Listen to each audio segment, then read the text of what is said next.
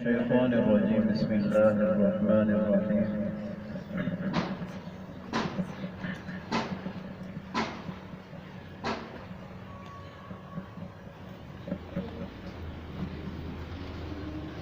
اقرأ باسم ربك الذي خلق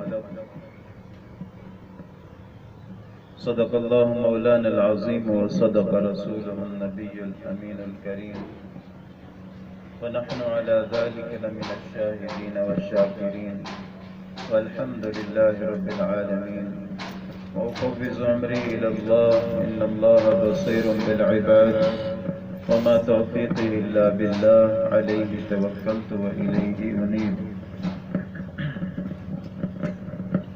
جیسا کہ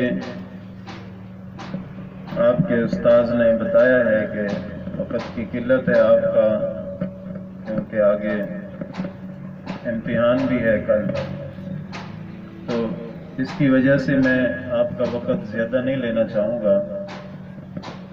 آج کا جو ہمارا موضوع ہے وہ ہے آداب استاد اور آداب کلاس. ہمارا آج کا موضوع کیا ہے؟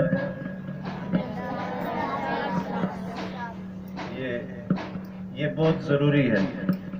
استاد کا ادب بہت ضروری ہے اور کلاس کا بھی ادب بہت ضروری ہے.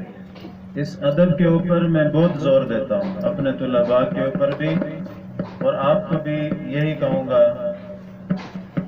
مدرسہ تدریس القرآن للبنات کے بچوں سے یا اقرا تدریس القرآن کے جو سکول کے بچے ہیں ان سے، تو میرے بچوں یہ جو موضوع ہے بہت اہم ہے. اسی کی وجہ سے ہی انسان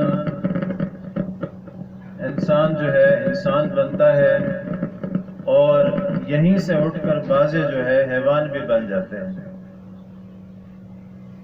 اب یوں سمجھ لیں، بعضے 4 ٹانگوں والے حیوان ہوتے ہیں اور بعضے 2 ٹانگوں والے حیوان ہوتے ہیں. ٹھیک ہو گیا؟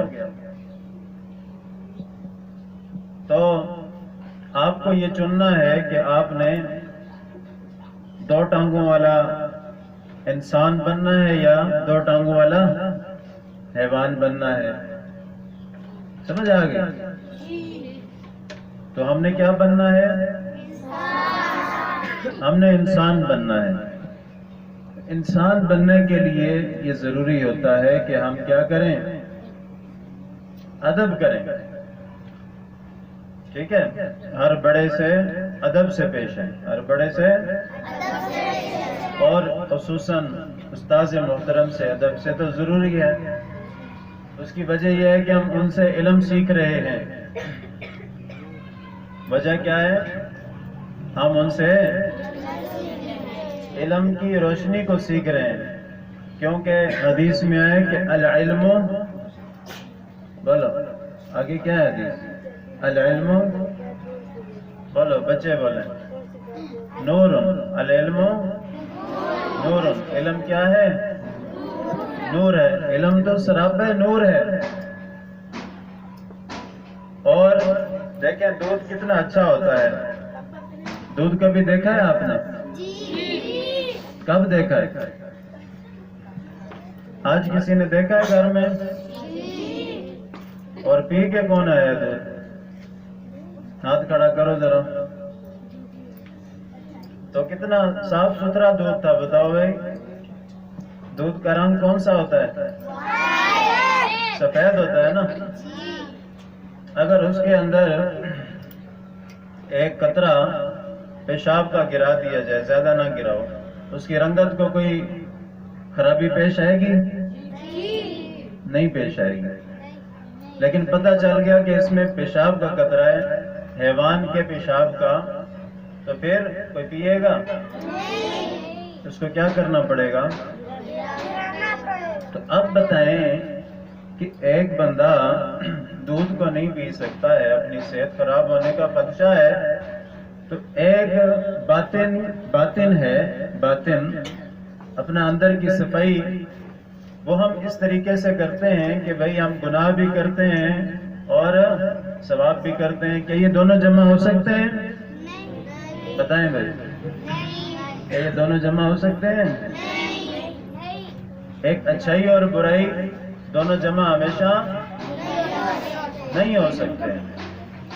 سمجھ آ گئی بات؟ تو اسی لیے ہم جب اچھا کام کرنے نکلے ہیں، ہم قرآن پاک پڑھ رہے ہیں اور ایک دینی مدرسے میں بھی پڑھ رہے ہیں، دینی سکول میں. ماشاءاللہ دینی سکول آپ نے بہت کم دیکھے ہوں گے، ایسا ہے کہ نہیں ہے؟ دینی سکول آپ نے بہت کم دیکھے ہوں گے. اللہ تعالیٰ نے آپ کے پرنسپل صاحب سے بہت اچھا کام لیا ہے اور آپ کے پرنسپل صاحب مخلص بھی ہیں، ہر لحاظ سے مخلص ہیں. تو اللہ رب العزت نے اتنے اچھے آپ کو استاذ دیے ہیں، قاری صاحب دیے ہیں، آپ کی استانیاں دی ہیں، اور اکثر باپردہ خواتین ہیں جو خود باپردہ ہیں اور بچیوں کو بھی باپردہ کرتی ہیں. تو کتنی اچھی بات ہے. یہ ایک میسج جا رہا ہے دوسروں کو، محلے کے بچوں کو میسج جاتا ہے، علاقے کے بچوں کو میسج جاتا ہے کہ کتنے مخلص لوگ ہیں، علم والے لوگ ہیں. اصل علم کی جو میراث ہے وہ دین والوں کے پاس ہے. سمجھ آئی گیا؟